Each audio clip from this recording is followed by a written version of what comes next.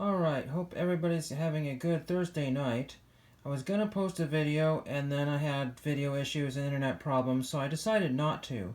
But I was going to do a video a long time ago on my stamp collections, and then I remembered I had this International Postage and Stamp album, 20th Century, 1920 to 1926. Very, very old album, and I'll explain how I got this. We used to have a coin shop and stamp shop in town, in Salem, and I would drive there, and they would have lots of bargain stuff here. In fact, this album was free. What they did was they bought lots of collections, took out all the valuable stamps, and took out some of the other ones, whatever they wanted, and then they sold the empty albums or partially, whatever they decided to leave in there. And because it's easier to sell a stamp than an entire album. This one, the spine has come off. You can see it's falling apart here, and it says free, no stamps. But you don't ever believe what you read there, because I found about 10 stamps in here. So all from the 1920s or so. And you can see this has come loose here. But these have all the Scott catalog numbers in it, and Scott is still around to this very day. In fact, I have a recent catalog from 5 or 10 years ago, and it's very good. These black dots here is actually a wormhole that went all the way through the entire book. Just one. But that doesn't detract, or it just adds kind of the age to it.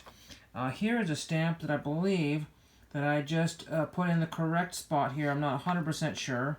This is a 10-cent James Monroe. I actually had a better copy, I think, which I didn't realize until afterwards. If you look some of these stamps up, they're going to be $2 to $10 a stamp. But if you go buy these stamp grab bags, you'll find dozens of these, almost the identical stamp, for, nothing. So sometimes the price of the catalog does not have a lot of, well, you know what I mean. You can find a lot of these it's a really common stamp, so don't believe some of the prices you'll see on the internet. One was marked at $100, and they wanted to sell it for $10 or $15, and then you could get a cleaner copy for, the same price, $10 or $15, uncanceled. So this is a canceled one, obviously. But you can see here, there's evidence of old stamp hinges right here in the book here. I just picked it up because it's a really nice old 1920s era book. And it's got a limited amount of stamps you could put in here, a small, and there's some pictures for some. Really pretty neat there. I was hoping to show you some of the other stamps here. Germany was quite a full section there, but don't worry about that one.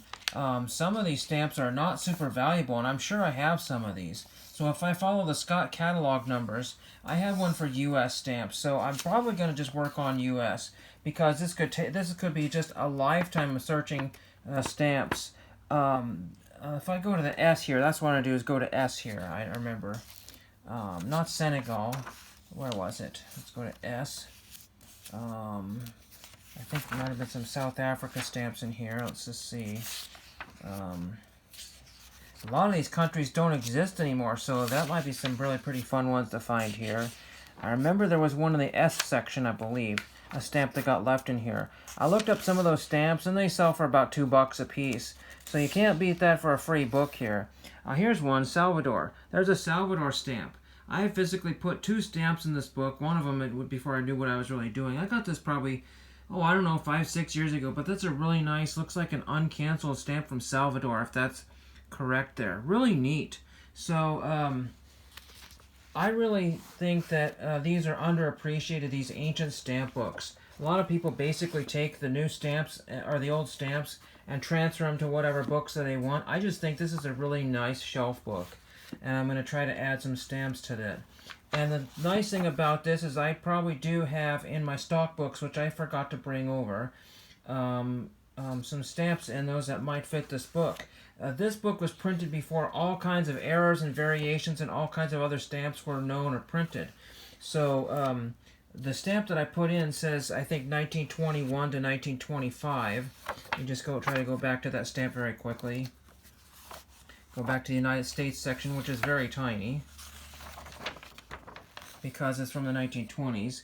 But see, I can't see it right here. Yeah, see, unwatermarked 1922 to 1925. So you don't need to find the exact stamp. You just need to find an example of the James Monroe stamp and put it in there. So I think that's really, pretty cool. Let me know what you think about this really amazing book. Let's look at the title page here and see what we can... This is part 2. I couldn't get part 1.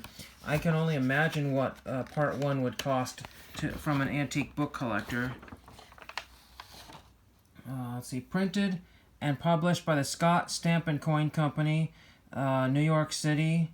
It says contains spaces for every principal variety of postage stamp issued by any government in the world since January 1st, 1920, and included in the 1926 edition of our standard stamp postage catalog. So I think this is really pretty neat piece of history, and it cost me $0. And the stamps that I've got to put in here probably cost me as well $0. So thank you for watching a neat collection for nothing.